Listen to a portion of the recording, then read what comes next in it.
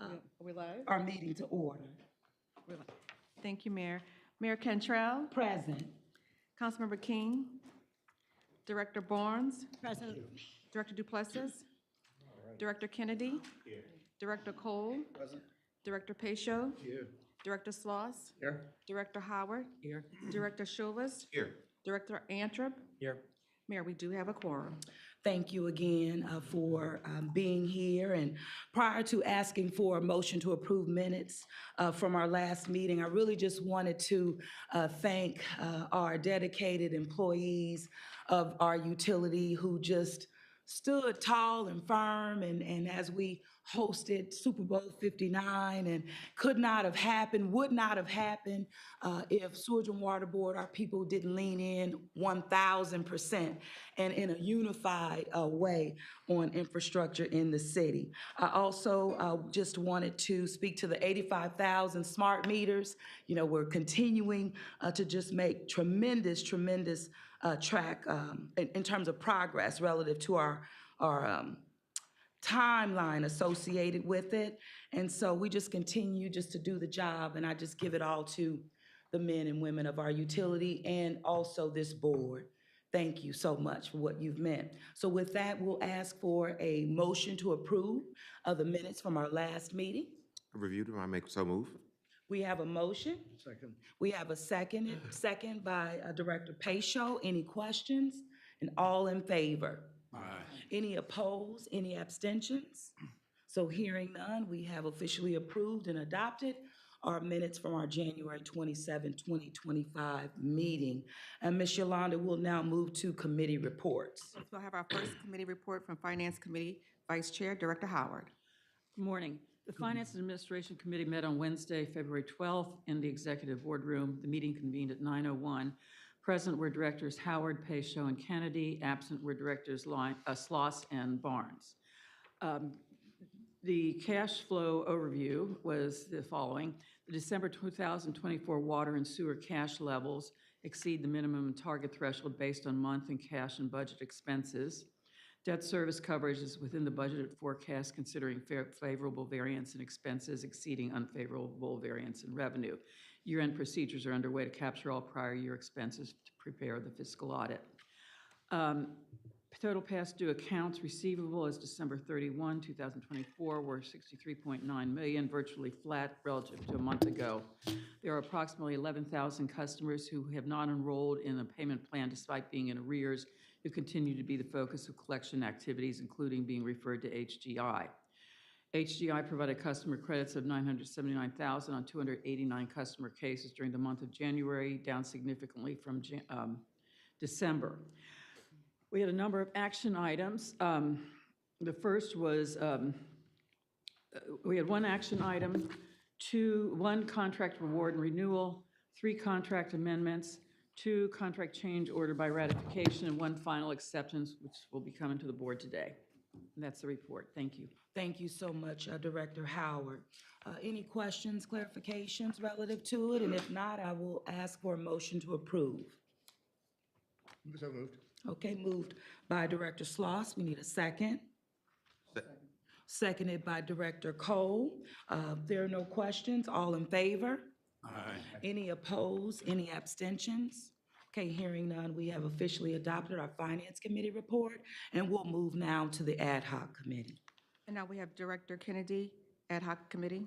And thank you so much for your leadership there, along with co-chairing it with Director Sloss. Yeah, We appreciate you both. Thank you. The Ad Hoc Committee met on Wednesday, February 12th, 2025 in the Executive Boardroom. The meeting convened at approximately 10:37 a.m. Present were Directors Kennedy, Howard, Pacho, Sloss, Antrim, and Cole. Director Kennedy presented a motion to enter into executive session. Director Howard moved, and Director Pacho seconded. The motion carried. Director Kennedy presented a motion to exit executive session. Director Cole moved. Director Howard seconded. The motion carried. The Executive Director Ad Hoc Search Committee for the Sewage and Water Board of New Orleans met in an executive session to discuss its strategic approach to maximizing the number of candidates identified in related matters. There being no further business before the ad hoc committee, Director Pacho moved to adjourn. Director Schloss seconded. The motion carried. The meeting was adjourned at approximately 12:15 p.m. Very good, and thank you all again. We need a motion to approve the ad hoc committee's report as presented. So moved. Okay, it's been moved by Director Anthrop, seconded by Director Pacho. Any questions? Hearing none, all in favor? Aye. Any opposed, any abstentions? All right, so we have officially adopted that. We do have for the board a copy of our, in terms of the search and the like. It's a full complement here. And just again, thank you. I just wanted to say prior to going to the executive director's report, Ghassan, let me tell you, your leadership is really second to none. Moving our utility absolutely into the 21st century, but into the future for this city for generations to come. You can't make it up. It's real work. It's taken a yeoman's job, being in the arena, fighting through to get the progress done. 6 years, I want to say thank you again, being right there. But I just recall, when I got in here as mayor, I had an interim, then I had to get another one, right? And while we did a search and we found the best, and that was in you. And I just want to thank you for your service, but also thank you for the leadership of this board. For us, I think we're at a great place for a transition, and we want transparency. Of course, we want accountability and just visionary leadership to continue to move our utility forward. So thank you for raising the bar, setting the bar very high, and really positioning this city, but this utility in a place that it's been needing to be for over 30 to 50 years. Can't deny it. So with that, Executive Director's report. Yeah. Here. Well, thank you so much, Mayor. Very, very kind words. And given the fact that this is not my last meeting, I was kind of preserving or saving my departing remarks for the last meeting in April. But I do feel compelled to, no, my last day is May 2nd, remember not? So anyway, I mean, just sometimes you fall short in saying the right words, in such a, important moment, I just spoke at a conference in Dallas. It was a utility management conference, and the one question that was asked, like, what's your biggest legacy?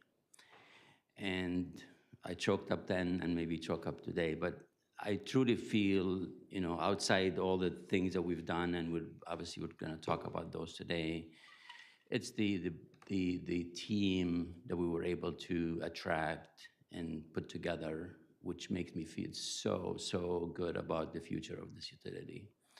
I mean, you have a team that's second to none, from the GSO to the CFO, the CAO. I mean, every way you look, we have the A team, and I stood on their shoulders for the last 6 years, accomplishing what you wanted us to do, and I just couldn't feel better about the good hands I'm leaving this utility with. So it's just, You have every it's reason to gratifying. stand tall Yes. and firm and on the foundation. And I just think, even just going back to the ad hoc committee and getting in place and wanting to select the best leader, right, forward, and the ad hoc committee leadership going, to the yard, getting with employees, putting again first, front and center, the people who really managed through this. So thank you. Of course, and more to be said, obviously, and shared as we meet again. So, first of all, I want to apologize for the cooler temperatures in this room.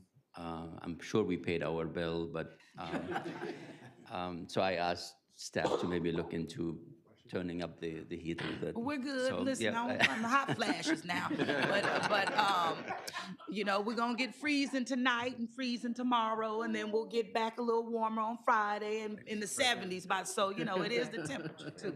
So don't blame the utility for that. And I do want to congratulate you, Mayor, on resounding success for hosting the Super Bowl. It was just, again, very, very proud for all of us as residents of the city to host and be so successful at it, so congratulations. Two main objectives for today's executive director's report is the mayor and I talked about connecting accomplishments of 24 with the retreat that took place back in January of 2024. Yeah. And what happened at that meeting, basically, we cemented goals, we brought alignments among the members, and obviously the leadership team was present, heard what you wanted us to do, and clearly, as I walk through some of the accomplishments, we've heard you, and we've executed the best we can, and we're very proud of how far we've gotten in a year. Equally important is to talk about the days ahead. What this year looks like, what's the year beyond looks like. I know there'll be changes on the board in terms of board members terming out. So at one point, I'll be submitting a departing document from my perspective, what are the priorities for 25 and beyond. I think that's one of my obligations, and it will be on record for you to consider. Obviously, I'm good at hearing what you want us to do, and again, I use the word alignment in the most meaningful way because it matters. No, it does, and thank you for that, because after our last meeting, I picked up the prospectus and overview from our retreat held January 10th, 2024, and just seeing the alignment there. And so we have an update for the board, but Ghassan will go through his report. Right, we have a full document updating everything that I'm summarizing for you in the slide, but just for your, obviously, for use, but for the sake of, obviously, the audience and brevity, the day we met back in January of 24, we had 1,400 smart meters installed, and now we're north of 85,000 in the ground. I mean, that is progress. And again, you said that's an important project, and indeed we listened. Obviously, Power Complex has been on our radar, have been a top priority for us. Construction had begun, but there were a lot of uncertainty about funding, about some of the sequencing, some of the contractors and the vendors who they were going to be, who's going to bid on what to get us a final product. So that was then, and today we have every contractor selected. They're out there working, committed to deliver a project on time. And obviously with the changes and challenges we've had with funding, we've pivoted, and we were able to secure alternative funding to make sure that the project continues and is completed this summer for the city. We had identified lead service line replacement as a key initiative. You totally agreed. It was, again, aligned with the federal regulations or rules for the lead and copper. And we set out to do the inventory and put together an RFP to move forward. Today, we completed the inventory. We continued to refine it because it was a model that was created by machine learning, and it will continue to be tweaked till the very last day, obviously. We secured funding for that, and we currently have a contractor that is focusing on schools and daycares.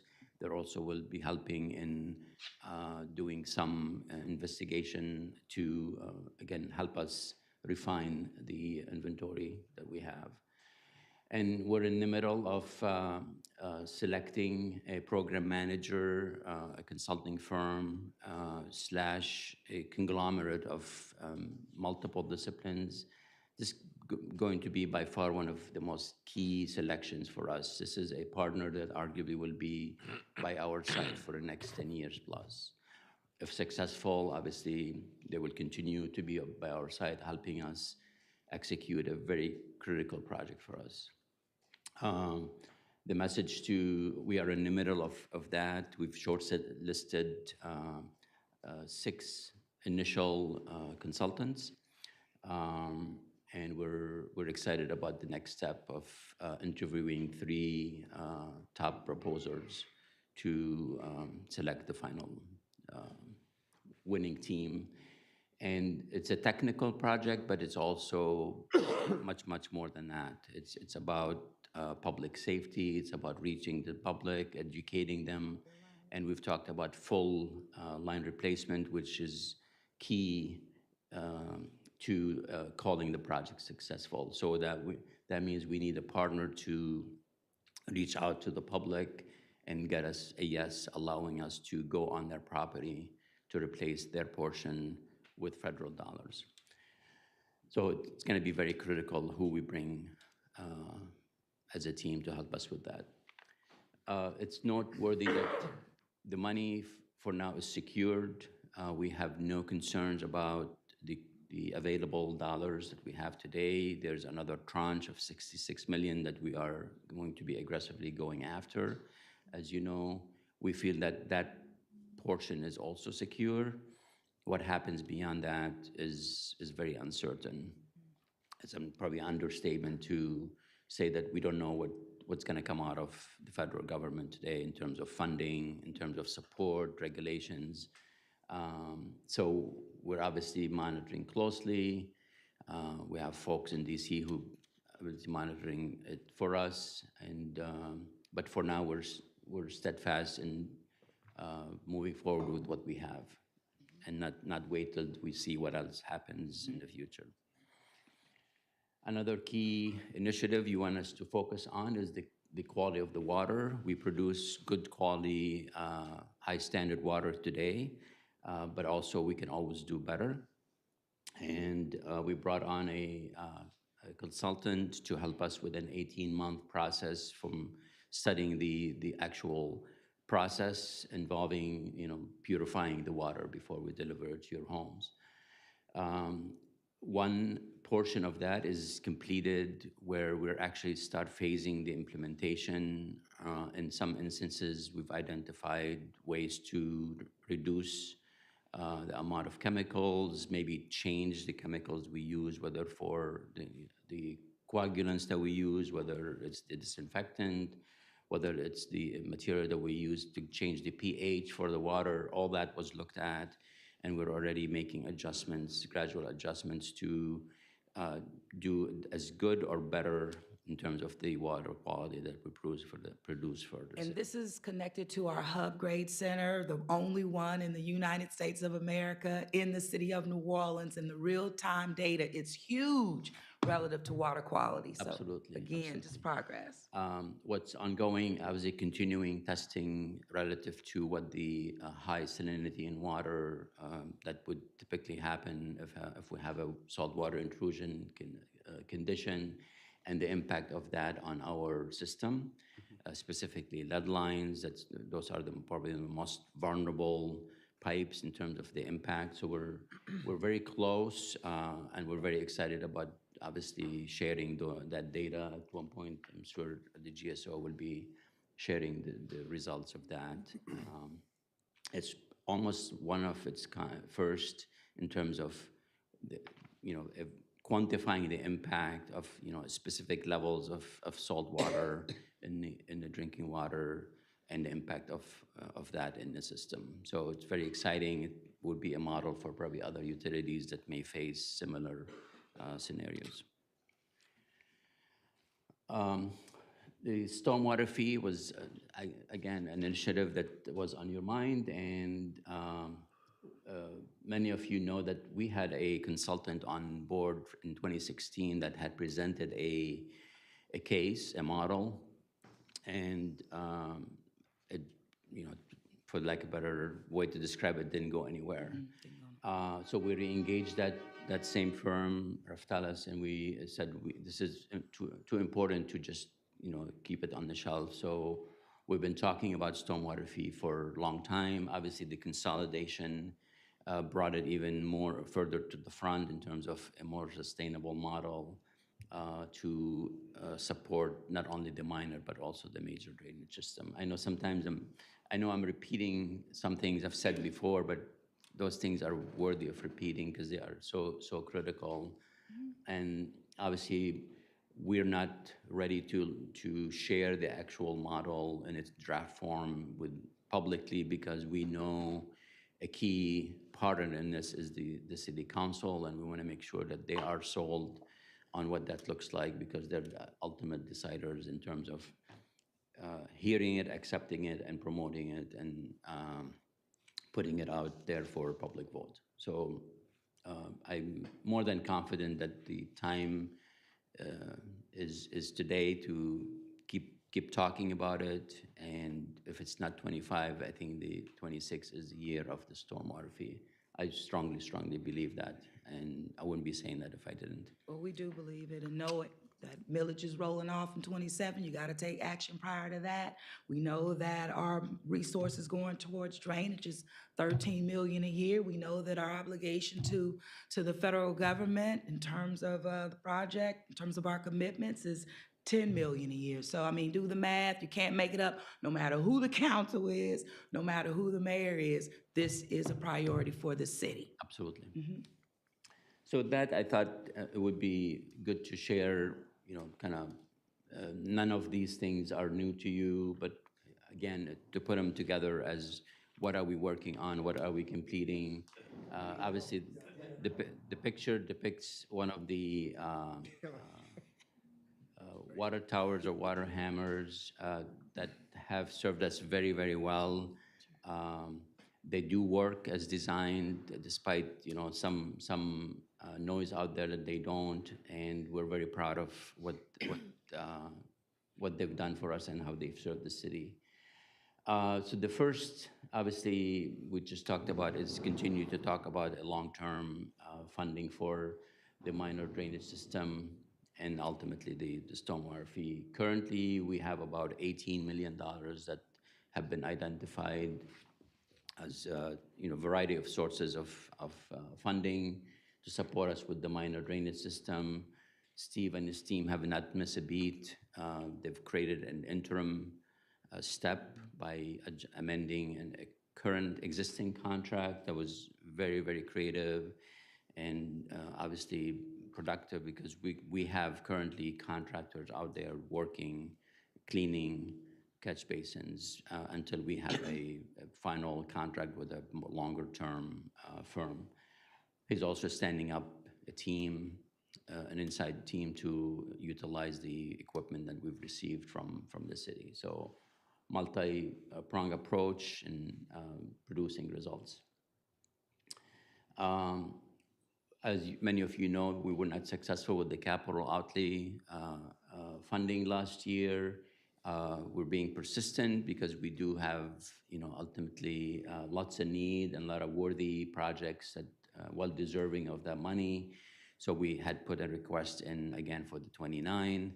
How much of the 29 we get remains to be seen, but we do have identified projects and broken up by individual cost, so we can relate, obviously, or at least campaign for a specific amount of money that supports specific projects, all part of the power complex advancements and enhancements. So it's very critical.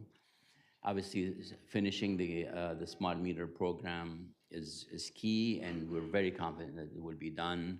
All the residential will be completed, no questions, no doubt in anybody's mind that will happen.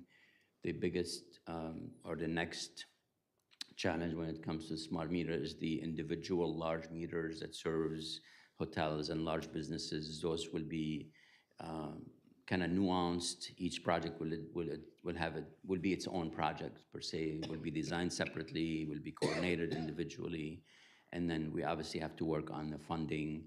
How because individually they will be very expensive, or by comparison to the residential.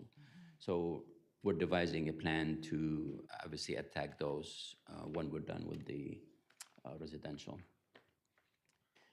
As I stated before, we will be launching the lead service line replacements, and we'll be we'll be at a point of no return. Basically, we'll be committed, we'll be signing contracts, moving forward with completing as many lead lines in the city as we can. And obviously delivering the water quality master plan to you sometime in 2025. One very exciting and key project we're working on is the people plan. We've had 5 town hall meetings. There were very honest conversations with our employees, very thoughtful feedback and questions, a lot of concerns. Change is always challenging to people, especially with something like this. I believe we've been able to have delivered a very honest message that this is being done for the sake of the employees and their future, improving an environment. So where we are today is we have a survey out, kind of basic gauging the appetite for people, whether they would allow us to move forward to introduce a new model that would replace civil service. It's a very exciting step, and by Friday we will know the direction we'll go in terms of whether we go to the legislators with an actual bill or not. So we're at a fork in the road, so to speak, and I'm very excited about that. It's probably by far one of the most legacy and most impactful initiatives we've touched last handful of years. We're continuing, that is a kind of silent work. We don't speak about it enough, but this is a very critical project. This is the WIFIA supported project that allowed us to continue and complete the SERB project. So we get the city or the Sewage and Water Board out of consent decree. Very critical. Yep. Years and years under that consent decree, and finally we'll be out of that. So again, it's one of the under talked about. It's huge. It's huge. It's huge, and we know we're impacting the life in certain neighborhoods, but that's a sign of progress where we're improving the facilities or the infrastructure that serves them long term. I think it's very critical for this board to continue talking about adjusting rates. I know it's in the hands of the city council, but again, one thing I don't want to see is us repeating the same mistakes we've made before, wait forever, wait years and years and hit a low point, and any adjustments that you make will be just to catch up rather than be proactive and get ahead. I feel like we're in a very, very good place in terms of the stability of this utility. We got to capitalize on that, and we have the JRR projects are being completed. Those were allowed us to maybe replace 100+ miles of water mains. We have another 800 miles or more of those that need to be replaced. And without rate adjustments that allow us to bond and bring funding, it is really almost like a waste of investment if we don't continue with that. And I know I'm preaching to the choir, but if there's one thing that we need to pursue is that. Obviously, the JRR projects would, under the federal requirements, we have to complete those projects, and we're doing our best to do that. And then finally, with my departure, a key step in your hand is the launch of the executive director search. And with that, I'm going to hand it over to Director Kennedy to share some remarks. Yeah, sure. We haven't had activity that warrants a slide presentation, I can tell you that. Just updates or... But as mentioned in the report, we did have a meeting, and we've been in contact with, I think every ad hoc member has had a conversation with our consultant that we already had, on retainer for other purposes. And so the search officially went public yesterday. And so we have a flyer, and the search has begun. They've started to scour the marketplace on our behalf. But if anyone wants to apply, they should go to Ralph Tellis's website and apply. We look forward to this process. Good job. And again, we have just the overview of that. Thank you. Thank you, Poco. Thank you to the board. Okay, and then also, as I mentioned, for the board, we just have an overview based on the priorities that Ghassan just went over, but this overview is aligned with how we laid it out in our retreat. So you have a thorough overview of the priority, then it goes into the status of the program. It speaks to project challenges as well as the goal and the costs associated. I wanted to also make it clear that we collectively are focusing on being proactive at the federal level. Right now, there are no areas that I can share where we have been impacted fiscally or financially based on the federal administration, but we are being, again, proactive. I had my meeting on yesterday with our lobbyists, along with all department leadership within city government on that call.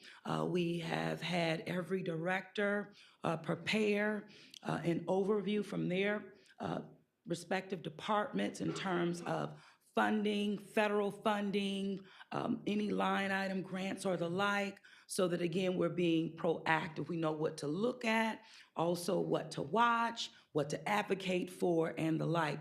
We're also making sure that this is built into a larger strategy and communicating with our federal delegation, the federal government, federal departments. And so I just want you to know that that work is happening, even as relates to our federal leadership. And just as yesterday, following up and reaching out to many of our congressional leaders, Senator Cassidy and the like called me last night, but we're being proactive. There are meetings planned even at the federal level that I will be engaging in. But in addition to that, I am working with my counterparts across the country, again, real collaboration and just communication so that we're all on the same page as best as possible. Many of this is happening under the umbrella of the U.S. Conference of Mayors. And so, again, we have our weekly calls, we have a cadence there, and again, just being proactive and engaged and communicating. And I just want you all to know that. So everything that we just mentioned, again, this is that handout for you all. So thank you again. Any comments, questions, and the like before we move through the agenda? Okay, hearing none, Ms. Yolanda. Yes, we have 7 corresponding resolutions that are ready for approval. They are Resolution R20, 2025, Resolution R14, 2025, Resolution 24, 2025, Resolution 26, 2025, Resolution 139, 2024, Resolution 25, 2025, Resolution 140, 2024. Thank you. And before I ask for a motion, I did want to touch I forgot about JIRR because that was a part of it as well. Ghassan, as you mentioned, that's deadline, that's work that we're doing now. Right around next month, the administration will be putting out an RFP for all of that work. It's a lot, and upward of, again, over $300 million, even more than that, of course, but it's that last kind of component of JIRR, and we have to get it done. And we're making sure, again, communication with the federal government is happening so that those deadline extensions and the like continue to remain steady. And so, again, I just had to touch on that. With that, I will ask for a motion to approve the corresponding resolutions indicated by our general counsel. So moved. Moved by Director Howard, seconded by Director Sloss. Any questions? Okay, hearing none. All in favor? Aye. Any opposed? Any abstentions? Okay, so we fully adopted those resolutions. Ms. Yolanda. And now we'll have, we need a motion to enter into executive session pursuant to Louisiana Revised Statute 4217A2 regarding Marguerite Johnson et al. Versus Sewage and Water Board, Civil District Court Case Number 2021-10377, and pursuant to RS 4219, 4217A2, and 4217A10 regarding the Executive Director Ad Hoc Search Committee to discuss strategic approach to maximizing the number of qualified candidates identified in related matters. Okay, and before I ask for a motion to go into executive session, I did just want to ask if there was any public comment at this time. No public comment. Okay, I didn't think so. Motion? to go into executive session? So moved. Moved by Director Scholas. We need a second. Seconded by Director Cole. All in favor? Aye. Any opposed, any abstentions? None. Executive session. Do we have to come back out and go back in? We do.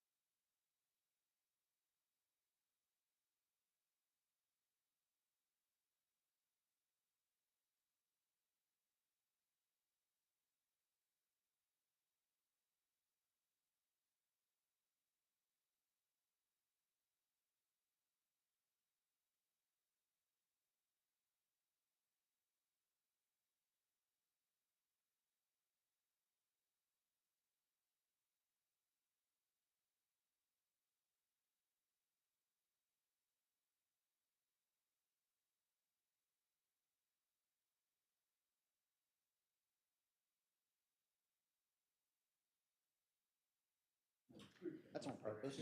Yeah. And hold you guys coming here and going native, as they say. We are live. All right, thank you all so much. We need a motion to come out of executive session. So moved.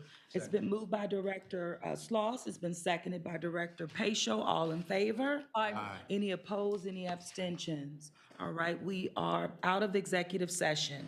We need a motion to approve the recommendations from special counsel. So moved. It's been moved by Director Howard, Second. seconded by Director Kennedy. Any questions? All in favor? Any opposed, any abstentions?